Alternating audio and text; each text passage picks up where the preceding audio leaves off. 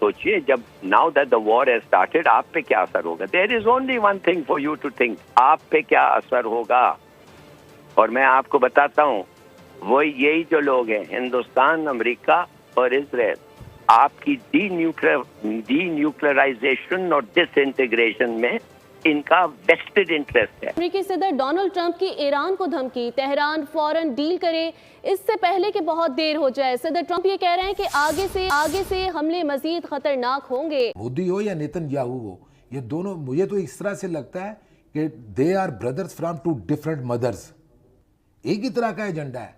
जहां पर कोई इंसान देखते हैं और अगर वो मुसलमान है तो क्या ही बात है, मार दो, खत्म कर दो, बस्तियां ताराज कर दो। यार इस तरह से नहीं होता। ये फाशिज्म की भी कोई अगली शक्ल है। मतलब आप नस्लकुशी पे उतरे हुए हैं कि मुसलमानों का हमने, पंजाबी कहते हैं, भी मार देना है। कोई होगा जो इसका जाके रास्ता रोकेगा या नेतन्याहू को जाके नथ डालेगा? कोई होगा? ये महज मामला करारदादों से पास नहीं होगा। दुनिया को एक यूनाइटेड स्टैंड लेना चाहिए इसराइल के खिलाफ। इजराइल ने ईरान को अल्टीमेटम दिया हुआ है कि हम टॉलरेट नहीं करेंगे, हमें कोई सब्र नहीं है। तुम्हारे पास ना, आपके पास कैपेबिलिटी होनी चाहिए एनरिचमेंट की, न्यूक्लियर, ना आपके पास कैपेबिलिटी होनी चाहिए, ना आपके पास एनरिच यूरेनियम होनी चाहिए। और अगर है तो फिर हम वो नहीं मानेंगे और हम आपके पीछे फिर बेसिकली वो वॉर करेंगे, माने कि बॉम्ब करेंगे। जब ईरान ने वापस धमकी दे दी है कि आप करना चाहें तो कर ले, अटैक करनी है तो कर ले। दो बातें हैं, एक तो हम अपना न्यूक्लियर प्रोग्राम जो है, स्पेशली जो एनरिचमेंट प्रोग्राम है, जो सेंट्रीफ्यूजेस जो हैं, उनको उठा के ऐसी जगह पे ले जाएंगे जहां आप पहुंच भी नहीं सकेंगे। It will be underground and far away from your, you will not be able to see it. हम करेंगे ये। दूसरा ये कि then if you do this we will attack American military bases in the Middle East, और हम करेंगे and we are ready to do that. तो मतलब है कि आप बिल्कुल ये वो एज तक पहुंच रहा है सारा कुछ। देखिए दूसरा ये, और आज भी मैं आपको एक बार फिर बताता हूँ कि इंतज़ार करें, इंशाल्लाह ऐसा उनको जवाब मिलेगा कि वो बचताएंगे। और ये इस बात की निशानी करता है कि ये लोग हमारे साथ ना मुज़ाकरात मेज़ पर मुज़ाकरात कर सकते हैं, ना मैदान जंग में। ये सिर्फ वही एक गठियापन जो गज़ा में कर रहे हैं, जो आम शहरियों को निशाना बना रहे हैं, वही हरकतें उनकी। और ये एक बार फिर उनकी जो अज़ाइम में दुनिया वालों की सिचुएशन डेवलप हो रही है, इसलिए कि अब इंतज़ार है कि ईरान की तरफ से क्या जवाबी कार्रवाई होगी, जो कि उन्होंने कहा है कि सख्त होगी। खित्ते में जाहिर है तनाव इस वक्त बढ़ गया है। खतरा ये है कि ये तवील जंग हो सकती है, ये जंग फैल भी सकती है। लेकिन इसको रोकने के लिए तो एक ही तरीका है, और वो है अमेरिका का रोल। एक ही मुल्क है जिसकी इजराइल सुनने को तैयार है और सुनता है, और वो है अमेरिका। लेकिन सवाल ये पैदा होता है कि अमेरिका ने इजराइल को रोका क्यों नहीं? सदर ट्रंप ने कहा कि उनको पहले से पता था कि इजराइल जो है वो अटैक करने वाला है, इसीलिए तो उन्होंने अपने जो अड्डे हैं मशरिक़ वुस्ता में वो खाली करने शुरू कर दिए, इवैक्यूएट करना शुरू कर दिया अपने पर्सनल को। तो अगर इनको पहले से पता था तो अमेरिका ने रोका क्यों नहीं? लेकिन अब भी मौका है कि अमेरिका को चाहिए, इसलिए कि मुझे पक्का यकीन है कि यूएन सिक्योरिटी काउंसिल की एक मीटिंग जरूर होगी, इमरजेंसी मीटिंग होगी। उसमें अगर एक रेजोल्यूशन आती है जंग बंद करने के लिए, तो फिर हमें देख। और जो 60% तक आपने बना के अपने पास रखा हुआ है उसको सरेंडर करो, और जो मशीनरी है आपकी उसको हम पेट्रोल करेंगे, माने IAEA पुलिस करेगा कि आप ये मशीनरी कैसे इस्तेमाल करते हैं। 30% से आपको ज्यादा नहीं हम बनाने देंगे। ख्याल है कि they are making, we are going ahead with enrichment. तो ये दूसरा, पहली दफा ये इस किस्म का सख्त बयान आया है। ऐसा सख्त बयान पहले नहीं आया। और वो कह रहे हैं कि जो पिछले 20 साल में जो ईरान ने वादे किए थे वो उन्होंने तोड़ दिए।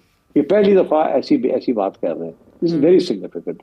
एक इंटरनेशनल एजेंसी जो है वो भी अब तैयार हो गई है टू कंडेम ईरान। अच्छा, तीसरी चीज बड़ी इंटरेस्टिंग है कि अमेरिका ने अपने जो एम्बेसीज हैं इन द मिडल ईस्ट, खसूसन इराक वगैरह में, उनको वहां से इवैक्यूएशन शुरू कर दी है, अपने मिडिल लेवल पर्सनल की इवैक्यूएशन शुरू कर दी है। इसका मतलब है वो ये समझ रहे हैं कि या तो ये सिग्नल है कि वी आर वेरी सीरियस, या ये है जेन्युइनली थिंक कि अब इसराइल को हमने सपोर्ट करना है, Israel can go and knock out Iran nuclear programme. Knockout तो शायद मुश्किल हो जाएगा, but at least push it back, damage करें, थोड़ा बहुत डिस्ट्रॉय करें, उनसे फिर से रीबिल्ड करना पड़े, तो एक सेटबैक तो ईरान को होगी। तो इस किस्म की चीज है। मैं समझता हूँ कि ईरान ने अपनी इन्वेस्टमेंट जो है वो खत्म नहीं करनी, और इसराइल जो है वो समझता है कि it has to be stop now, another year or so Iran will have nuclear weapons. तो आई थिंक टाइम ये बड़ा क्रिटिकल आ गया है। या तो ये टॉक्स अगली 6th राउंड जो है वो कामयाब हो, they come to some understanding, but अगर वो नहीं होगा तो मैं समझता हूँ कि Israel will launch an attack on Iran nuclear facilities. It will be a limited attack, उसमें अमेरिकन वेपन। हेलो दोस्तों, स्वागत है आप सभी का हमारे चैनल पर एक बार फिर से। दोस्तों, हम बात करने जा रहे हैं इजराइल और ईरान के बीच युद्ध शायद शुरू हो चुका है, जिसे देखकर काफ़ी ज़्यादा अटकलें लगाई जा रही हैं कि अमेरिका पूरी तरह से सपोर्ट करेगा इजराइल को, वो जो पहले से करता हुआ है। वहीं ईरान के लिए मुसीबतें इस तरीके से बढ़ेंगी क्योंकि दोस्तों एक तरफ वो न्यूक्लियर बम बनाने की तैयारी कर रहा है, दूसरी तरफ इजराइल से भिड़ना होगा उसे। वहीं दूसरी ओर देखा जाए तो पाकिस्तान के अंदर भी इसका पूरी तरह से खौफ फैल चुका है, क्योंकि दोस्तों जिस तरह से पाकिस्तान को ईरान का पूरा सपोर्ट मिला था, पाकिस्तान इस स्थिति में पूरी तरह से फंस चुका है। क्योंकि दोस्तों अगर वो ईरान का सपोर्ट करता है तो उधर अमेरिका का दुश्मन बनता है, और इधर अगर अमेरिका इधर से इजराइल को वो सपोर्ट कर नहीं सकता। तो दोस्तों इस तरीके से इनका देखने वाली चीज़ होगी कि पाकिस्तान पूरी तरह से फंसा हुआ नज़र आ रहा है। क्योंकि अभी जो भारत और पाकिस्तान के बीच थोड़े से मामले ख़राब हुए तो उसमें ईरान ने इनको सपोर्ट कर दिया था, लेकिन हालांकि अगर ऐसा हुआ तो इनकी फजियत पूरी तरह से होने वाली है। क्योंकि दोस्तों इनको ये लगता है कि मुसलमान देश है तो हम इनको सपोर्ट करेंगे, लेकिन दोस्तों अगर ये इस तरीके से ईरान को सपोर्ट करेंगे तो इधर से अमेरिका इनको बिल्कुल भी छोड़ने वाला नहीं है। वहीं दूसरी ओर देखें तो दोस्तों ये जो युद्ध हो रहा है ये किस वजह से हो रहा है दोस्तों? ये इस वजह से हो रहा है कि डोनाल्ड ट्रंप ये नहीं चाहते कि ईरान कभी भी परमाणु बम बनाए, और इस परमाणु बम से क्योंकि दोस्तों पूरे वर्ल्ड को खतरा हो सकता है। क्योंकि दोस्तों जिस तरह से अभी जो खबरें आ रही हैं, इजराइल ने जो अटैक किया है ईरान के ऊपर वो काफ़ी ज़्यादा घातक है, और ईरान ने भी धमकी दे दी है वापस से अटैक करने की। तो दोस्तों देखने वाली बात ये होगी कि किस तरह से ईरान इसका जवाब देता है। वहीं दूसरी ओर देखा जाए तो दोस्तों अभी जो है सिचुएशन आउट ऑफ कंट्रोल नज़र आ रही है, क्योंकि दोस्तों दोनों ही देशों के बीच में ऐसी सिचुएशन बनी हुई है कि कभी भी युद्ध बहुत बुरी स्थिति में जा सकता है। तो दोस्तों आगे देखते हैं वीडियो में क्या होता है। पिछले चंद दिनों की जो डेवलपमेंट्स थी, अब आप समझते हैं किस किस्म की एक पोजीशन पाकिस्तान की होनी चाहिए इस मामले पे? पाकिस्तान का तो पोजीशन अपने आप को देखना चाहिए। आपके पास आपने ना ईरान के साथ तो आप नहीं जा सकते, और फ्रैंकली मुसलमान मुल्क है, आप सपोर्ट करें, प्रिंसिपल पे उसको सपोर्ट करें, मगर और इससे ज़्यादा आप कुछ नहीं कर सकते। और इस वक्त शायद उससे ज़्यादा कुछ आप करेंगे तो आपका नुकसान होगा। It's too late. आप मुझे एक चीज़ बताएं, हम 77-78 साल से इंडिपेंडेंट है, एक खंबा है और बिजली बिटवीन पाकिस्तान एंड ईरान, एक खंबा बिजली का, 1 मिलीमीटर का पाइपलाइन है अभी तक। क्यों 77 साल आप एक एक को दुश्मनों की तरह ट्रीट करते रहे?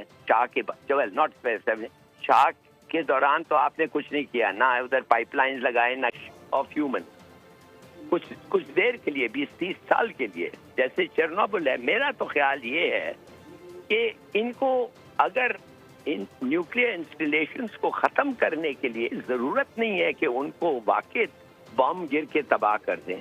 अगर वो साइट पे आदमी पहुंच नहीं सका तो फिर वही होगा ना, या फिर वो हर वक्त मिट्टी वो जो ऑक्सीजन मास्क और ये वो पहन के फिरना पड़ेगा उनको। तो मेरे ख्याल में ये इनके ऑब्वियसली इनका ख्याल है अमेरिका और इजराइल का कि ये हो सकता है without too much damage outside Iran. अच्छा जफर साहब, वैसे तो ईरान की बहुत ज़्यादा जो दीगर अरब ममालिक हैं उनके साथ अच्छी दोस्ती नहीं है, बनती नहीं है, वहाँ सिवाय यमन के और कतर के। आप समझते हैं अरब ममालिक इस मामले में, वैसे तो सऊदी अरब की जानिब से शदीद तहफ़्फ़ुज़ात का इज़हार तो किया गया है, लेकिन फोर्सली कहा जाएगा, इसराइल से बात की जाएगी, अमेरिका को फोर्स किया जाएगा? दोस्तों जैसा कि आपने वीडियो के अंदर देखा, पाकिस्तान की मीडिया के अनुसार सारे मुस्लिम देश इजराइल के दुश्मन हैं। वहीं दूसरी ओर देखा जाए तो अगला नंबर ही पाकिस्तान का बहुत जल्दी आने वाला है, ये सब कहना है पाकिस्तानी मीडिया का। वहीं दूसरी ओर देखा जाए तो दोस्तों पाकिस्तान इस टाइम पूरी तरह से फंसा हुआ नजर इसलिए आ रहा है क्योंकि दोस्तों ईरान को सपोर्ट करना उसकी मजबूरी है। वहीं अगर वो अमेरिका के खिलाफ जाता है तो अमेरिका उसकी ऐसी की तैसी माने कोई कसर नहीं छोड़ेगा, क्योंकि दोस्तों अभी जो हालिया जंग हुई है उसमें अमेरिका की तरफ से सपोर्ट मिला, ईरान की तरफ से सपोर्ट मिला, तो किस तरीके से वो इस चीज़ को देखेंगे, ये सब देखने वाली बात होगी। वहीं दूसरी ओर देखा जाए तो दोस्तों अभी जो है इसराइल के लिए सबसे ज़्यादा इंपॉर्टेंट ये है कि ईरान की जो न्यूक्लियर पावर है उसको कैसे रोके। वहीं दूसरी ओर पाकिस्तान का ये सब कहना है कि ये जो मुस्लिम देश हैं पता नहीं इसराइल के लिए क्यों दुश्मन है और वो उनको खूब खत्म करने में लगा हुआ है। वहीं दूसरी ओर कि पाकिस्तान को डर सता रहा है कि कहीं हमारा नंबर भी जल्दी ना आ जाए। वहीं दूसरी ओर अगर हम बात करें दोस्तों, जो पाकिस्तान है, पाकिस्तान के अंदर जो है न्यूक्लियर फैसिलिटीज़ है उनको लेकर भी काफ़ी ज़्यादा चिंतित है, क्योंकि दोस्तों अमेरिका, भारत और क्या कहते हैं इसराइल, ये तीनों अगेंस्ट हैं इनके न्यूक्लियर फैसिलिटी के हिसाब से, और वो कभी नहीं चाहते कि इन लोगों के पास में न्यूक्लियर बम हो। वहीं दूसरी ओर अगर देखा जाए तो दोस्तों पाकिस्तान जो है इस टाइम काफ़ी ज़्यादा परेशान इसलिए भी है कि अगर ये वार हो गई तो वो अकेला अलग थलग पड़ जाएगा, क्योंकि दोस्तों अमेरिका उसको बिल्कुल भी ध्यान नहीं देने वाला और उसके बाद में ईरान अपने उसमें जुड़ जाएगा, तो पाकिस्तान का ख्याल कौन रखेगा। वहीं दूसरी ओर अगर हम इस बात पर ध्यान दें कि पाकिस्तान जिस तरह से अभी जिस सिचुएशन से निकल रहा है या अभी फंसा हुआ है, वहीं पाकिस्तान के जो पाकिस्तान को जो है डोनाल्ड ट्रंप के जो आसिम मुनीर को बुलाया गया, डोनाल्ड ट्रंप के जो देश है अमेरिका द्वारा, तो किस हिसाब से बुलाया गया, क्यों बुलाया गया, ये सब देखने वाली बात होगी। तो दोस्तों कैसे लगे आज की हमारी वीडियो, हमें कमेंट करके बताएं। हमारे को लाइक एंड सब्सक्राइब जरूर करें ताकि आपको हमारे साथ बनाए। धन्यवाद।